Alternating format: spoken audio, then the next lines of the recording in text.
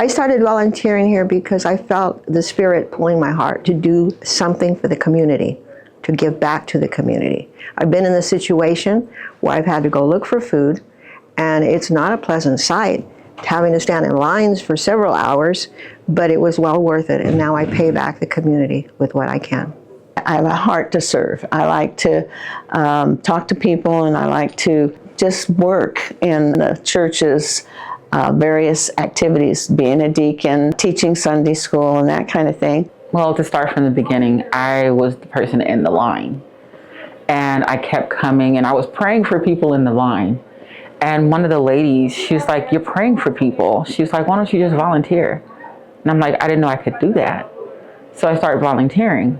And as I started volunteering, she's like, "Why don't you join the church?" And then I joined the church, and I've been here for 3.5 years now.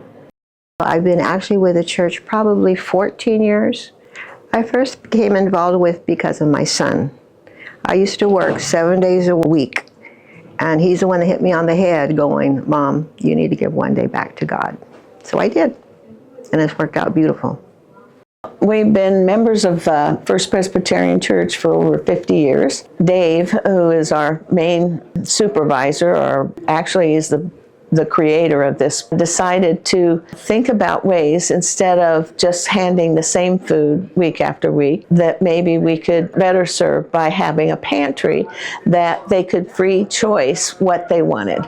In other words, they could pick a product if they wanted to have spaghetti, instead of having spaghetti every time in the same box. So that's basically how that started, and it overflowed into my husband and I in our small group to volunteer by going and standing in the line and as the cars passed. But that's basically how I started. To answer, first of all, it's been a beautiful experience. It's amazing. It's been one of the most rewarding things I've done, getting to expand just the food insecurity part into the insecurity part of spiritual leading. I had to learn that the hard way, to explain that. I learned that because I'm telling everybody, "Oh, just have faith. It's going to be okay." And then my marriage went under. Then I lost my grandmother. 3 weeks later, I lost my daughter.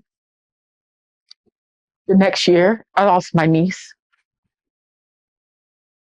I'm sorry. Then my husband's car blew up. He almost died in the car. His sister passed away. It was just tragedy after tragedy after tragedy. And I could have just, he's not real. Why is this happening? I didn't do that. I fell to my knees. I came to church. I kept pushing because I know who God is.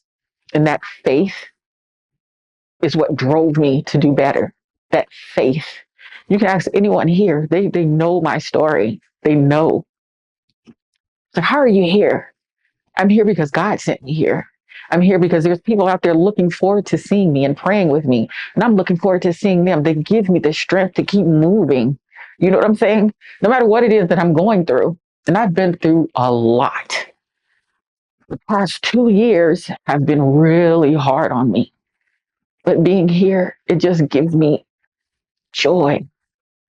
It makes me want to just keep going. And I don't know how to explain it any more than that. But just to keep the faith, keep faith. Don't doubt. And that's where my heart is in that, is helping people grow into, grow their faith and grow their capacity to serving others. Well, I have a favorite t-shirt that I like to wear, that coffee gets me started, but Jesus keeps me going. I don't want to stop. I've seen what happens to people that are my age stop. The feet stop working, the brain stops working, and everything in between. I'm not a TV person. I'm a doer. I'm an action person. The faces and the smiles, the gratitude, it's all there. That's what keeps me going. But I have not stopped volunteering, because volunteering, it makes me happy. And seeing everyone every week, and they say, "Hey, honey, I need you to pray for me." Some people line up just to pray with me. They'll wait just for me to pray with them. And that feeling of knowing someone wants you to pray with them is an amazing feeling. I've never felt like that before.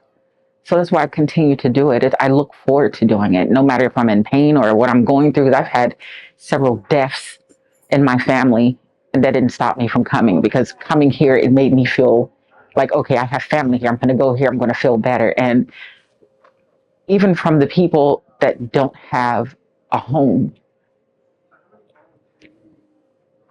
I'm sorry, they don't even have a home, and they'll pray with me. They encourage me. And just because they're homeless doesn't mean that they don't have a life, that they don't have feelings. These people are amazing people. They're just stuck. So I'm grateful to be here. I'm grateful for Dave. I'm grateful for Terry. I'm grateful for everyone here that helps me. I'm grateful for the people that even stands in this line, because even though they're here for service, they don't understand how they're blessing me with their stories, and they're blessing me with their prayers. So To volunteer a few hours, donate something, that's also a blessing back in disguise. It comes back to you, it does. He calls us to meet everybody, and that's the thing that made me, from that point on, to not let anything be my obstacle. And believe me, you get obstacles in your way, but they're there to teach us that there, by the grace of God, could be me. It could be one of my family, my loved ones. And there is a path out. And if no one brings them to bring them out of it, then they're going to stay that way. So that's the thing that encourages me the most, is that experience. There are people that need to be loved on, and there are people that need to have respect. And if I don't do it, if I don't keep going back, who will?